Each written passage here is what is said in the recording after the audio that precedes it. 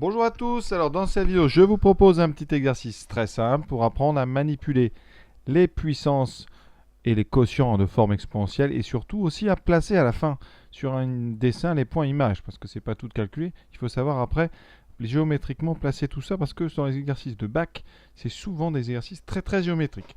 Donc premier, on va donc commencer par Z1, c'est une puissance 4, donc puissance 4 d'un produit, ça sera donc chaque facteur à la puissance 4. Ça donne donc ceci, vous voyez. Ça fait Z1 fois.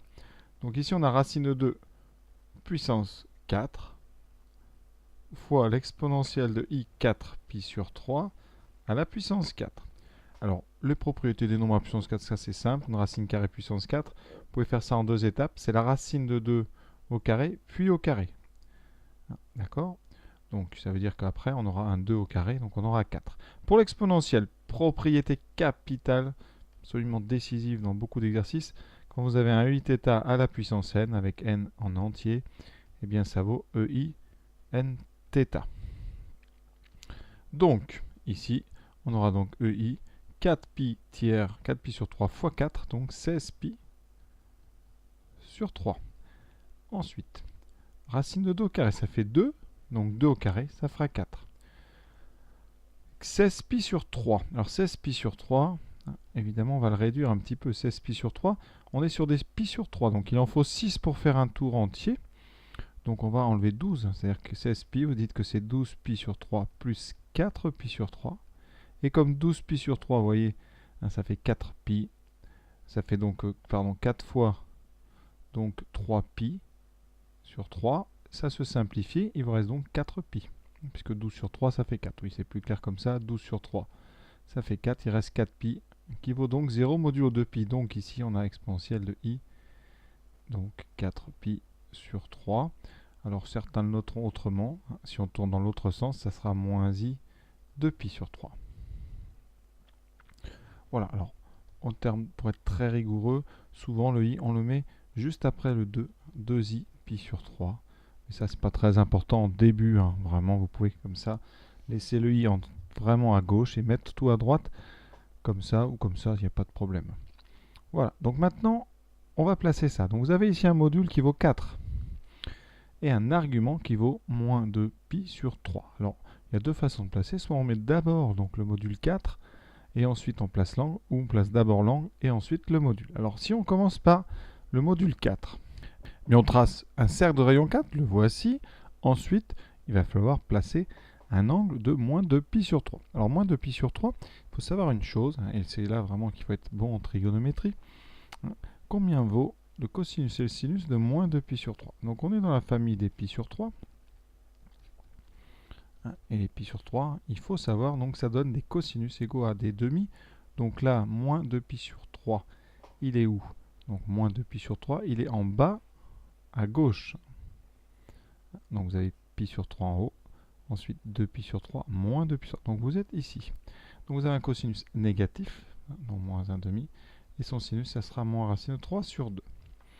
Ça veut dire qu'ici, et le plus important, c'est que ce cosinus moins 1 demi, ça veut dire que dans n'importe quel cercle, si vous voulez faire un angle eh bien de moins 2 pi sur 3, il faut prendre la moitié du rayon horizontal, c'est-à-dire qu'il faut placer ici un moitié de rayon. Donc là, j'ai fait un cercle de rayon 4, donc vous mettez ici en moins 2, et vous allez en bas. Et ce point que vous avez ici, eh bien c'est notre point, c'est le point M1. Vous voyez, il a bien, si on trace le segment OM1, on a bien une longueur de 4, donc on a bien un module ici de la fixe de M1 qui vaut 4, et ensuite on a bien un angle ici de moins 2 pi sur 3, puisqu'on a bien pris la moitié du rayon horizontal de gauche. Vous voyez, ça c'est très important à travailler. Alors ça, c'est si vous faites le grand cercle en premier. Vous pouvez d'abord faire l'angle. Vous voyez, cet angle ici, donc de moins 2 pi sur 3, je l'ai fait sur le grand cercle. Vous pouvez d'abord le faire dans le petit cercle de rayon 1, et ensuite agrandir en fait votre cercle. Ça donne ceci. Donc première étape, placer un angle de moins 2 pi sur 3. Donc vous savez que son cosinus c'est moins 1,5. Dans le cercle de rayon 1, on prend la moitié ici. Et comme le sinus est négatif, on va en bas. Donc vous avez ici votre angle. Ensuite, on va tracer la demi-droite. Ici, qui passe par cet angle ici. Alors c'est un petit peu moins précis comme ça parce que j'ai pas de règle. Et donc, même dans la pratique, c'est moins précis de partir de là parce que la demi-droite, il suffit qu'elle fluctue un tout petit peu ici sur votre intersection et vous pouvez avoir des points qui sont très loin. Donc c'est mieux en fait de faire ce même travail sur un cercle plus gros. Et donc il faut bien comprendre ici cette idée là quand j'ai pris la moitié ici du rayon horizontal. C'est vraiment tout est là ici. Quand vous avez un cosinus moins 1,5 dans un cercle, c'est valable quelle que soit la taille du cercle. C'est en fait moins 1,5 du rayon. Et donc c'est mieux de faire ça dans le cercle de rayon 4 parce qu'après une fois que vous avez ça, bon là j'aurai pas la place, quand vous avez la demi-droite, et bien vous prenez un grand cercle de rayon 4. Ici, alors j'ai pas de compas, on va faire un petit peu. Bon ici j'ai mal prévu ma place, mais voilà. Et vous faites l'intersection, elle sera par ici, entre votre demi-droite et le cercle. Voilà. Le mieux c'est quand même de faire un grand cercle au départ et après de faire l'angle. Sachant que vous n'êtes pas obligé de faire tout le cercle évidemment, vous savez qu'on est en bas à gauche, donc vous pouvez ne faire qu'un arc de cercle dans la zone où vous pensez que le point va arriver. Voilà pour Z. Donc maintenant Z2. C'est donc moins 2 EI pi sur 6 fois E 4 pi sur 3. On a un produit de deux formes exponentielles, donc les exposants vont s'ajouter. Ça donnera moins 2 EI de pi sur 6 plus 4 pi sur 3. On met au même dénominateur. Vous obtenez EI, donc on va mettre sur 6 ici, donc on multiplie la deuxième fraction par 2, en haut et en bas. 8 sixième, ça fera 9 pi sur 6. On simplifie ensuite la fraction. Moins 2 EI, 3 pi sur 2. Alors maintenant, vous faites très attention. Ceci n'est pas une forme exponentielle. Pourquoi? Une forme exponentielle, c'est quand on met le complexe sous une forme R multiplié par EI θ, avec un nombre R qui est un nombre supérieur ou égal à 0. Si R égale 0, c'est le complexe nul. Sinon, R représentera le module. Je vous rappelle que R, c'est tout simplement le module de votre complexe Z. Donc s'il y a un moins ici devant, ça ne peut pas être un module, et donc ce n'est pas une forme exponentielle. Ça signifie que ce moins, il va falloir en faire quelque chose. Alors, deux façons d'interpréter ce moins. La première, c'est quelque chose d'important, c'est que moins 1, c'est un complexe particulier. Et ils sont 4 à être particuliers comme lui. Ce sont les 4 points extrêmes du cercle quand on les place comme ça avec les deux axes. Donc vous avez le complexe ici 1, moins 1 est à gauche, en haut vous avez I, et en bas moins I. D'accord? Je parle des affixes évidemment. Alors 1, c'est un complexe donc de module 1, son argument c'est 0. Donc ce nombre-là, 1, est égal à EI0. C'est très particulier. I, complexe de module 1, en haut du cercle, argument pi sur 2, donc I, c'est égal à EI pi sur 2. Moins 1 est à gauche, son module est bien 1, et donc moins 1, c'est EI, son argument, donc c'est à gauche, c'est EI pi. Et moins I, argument 1, en bas du cercle, E moins I pi sur 2. Donc ces quatre complexes-là, il faut absolument les connaître. Et c'est pour ça que ce moins ici, eh bien on va le remplacer, parce que ce moins, c'est tout simplement un moins 1. Parce que moins 2, c'est moins 1 fois 2EI 3 pi sur 2. Et donc ce moins 1, c'est EI pi. Donc on aura fois 2, ce I 3 pi sur 2. On garde le 2 devant et on va regrouper nos deux EI avec la propriété. On va ajouter les arguments, donc pi plus 3 pi sur 2. Alors pi plus 3 pi sur 2, on n'oublie pas le 2, voilà. Ça donne donc EI 5 pi sur 2, qu'on réduit, parce que pi sur 2, il en faut 4 pour faire un cercle. On peut donc enlever 4, ça fait EI pi sur 2. Voilà sa forme donc exponentielle, très facile. Donc vous avez un module 2 et un argument de pi sur 2. Alors je vous ai parlé de deux façons d'interpréter ce moins. Il y a une deuxième façon de voir ça. Quand on multiplie un complexe par moins 1, qu'est-ce qui se passe? Donc, je prends un exemple de complexe ici, un point M d'affixe Z. Donc en bas vous avez la partie réelle de Z, je vais appeler A, et sa partie imaginaire B. Quand je fais moins Z, eh bien votre complexe, il va passer en face, parce que sa partie réelle devient moins A et sa partie imaginaire devient moins B. D'accord? Donc qu'est-ce qui s'est passé entre Z et moins Z? Eh bien, comme on est passé en face, symétrie centrale, ou rotation ici, d'angle pi.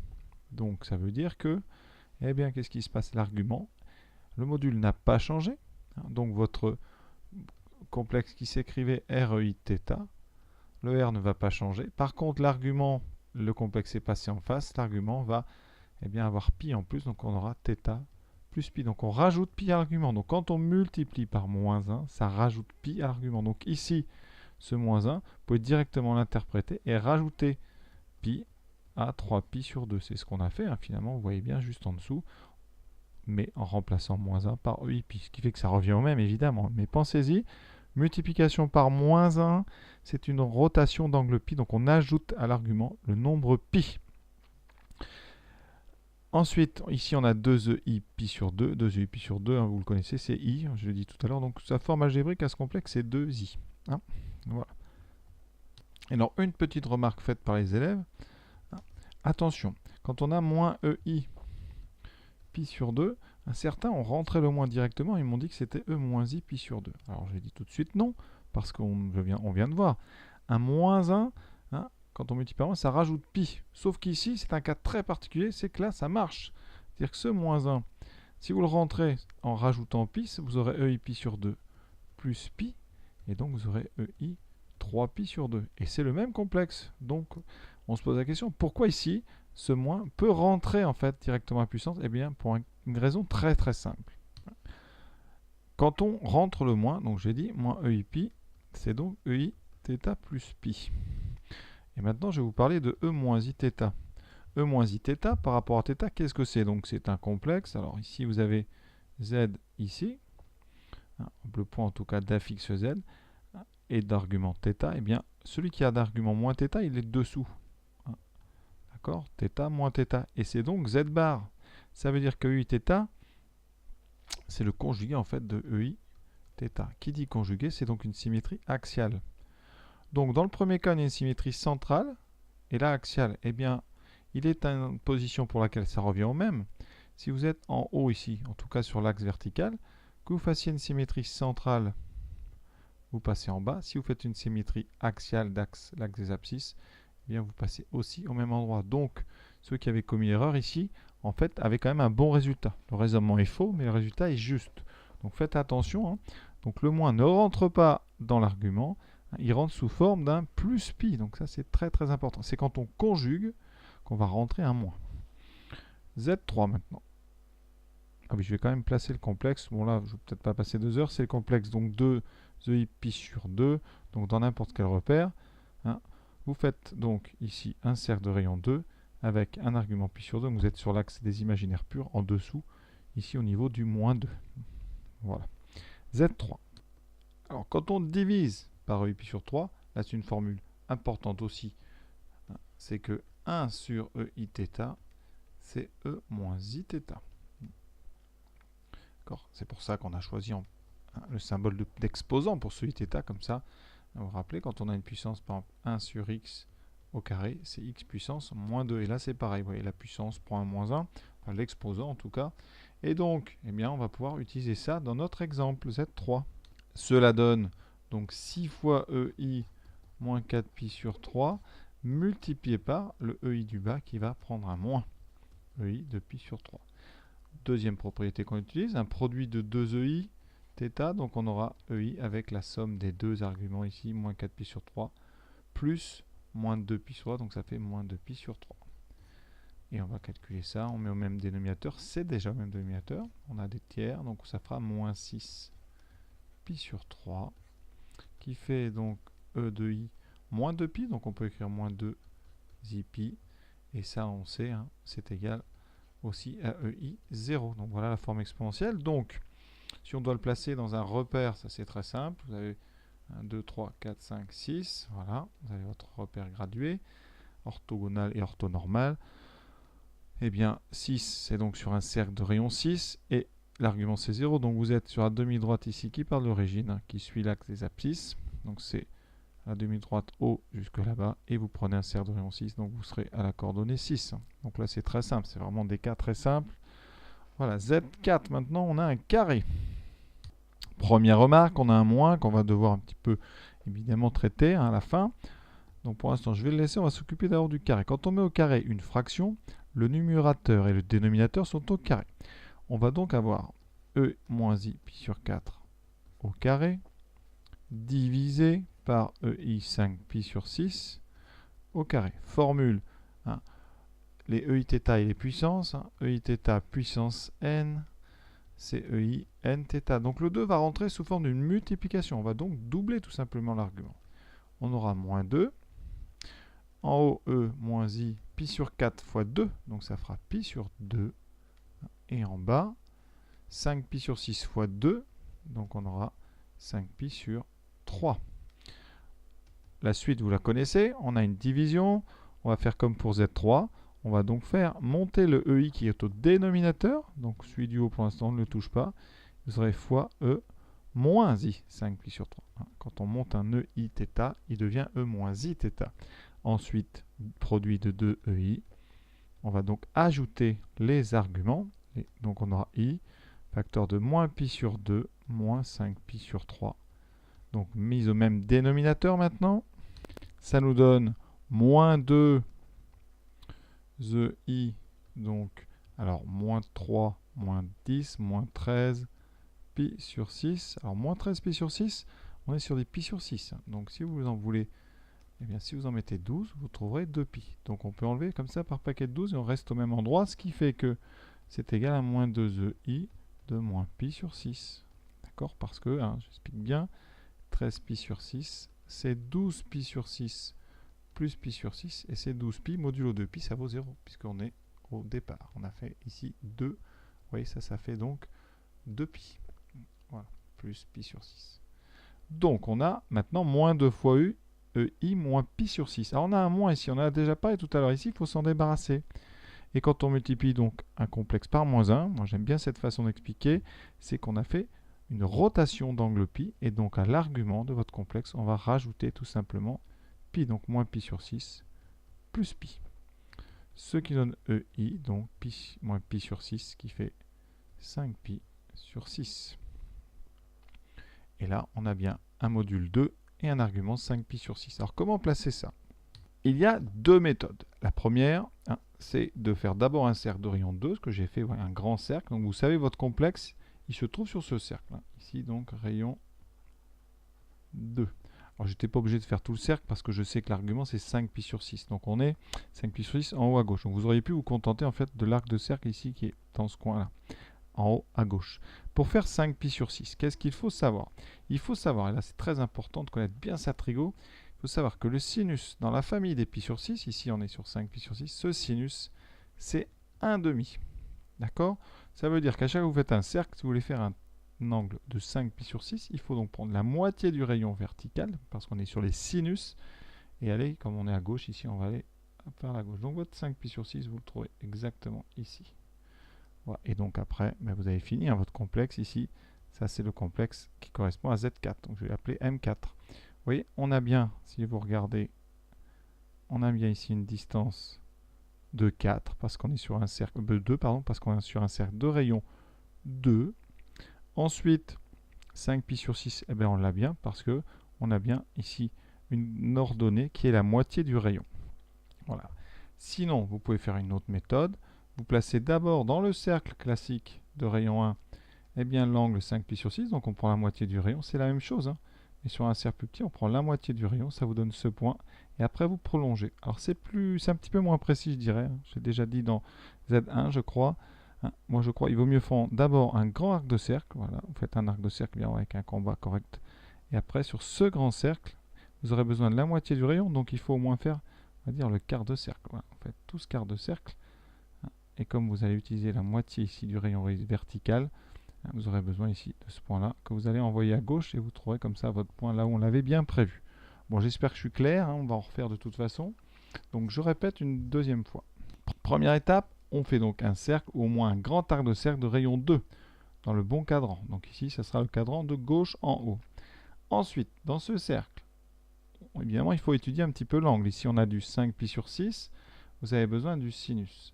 Sinus 5 pi sur 6 égale 1,5.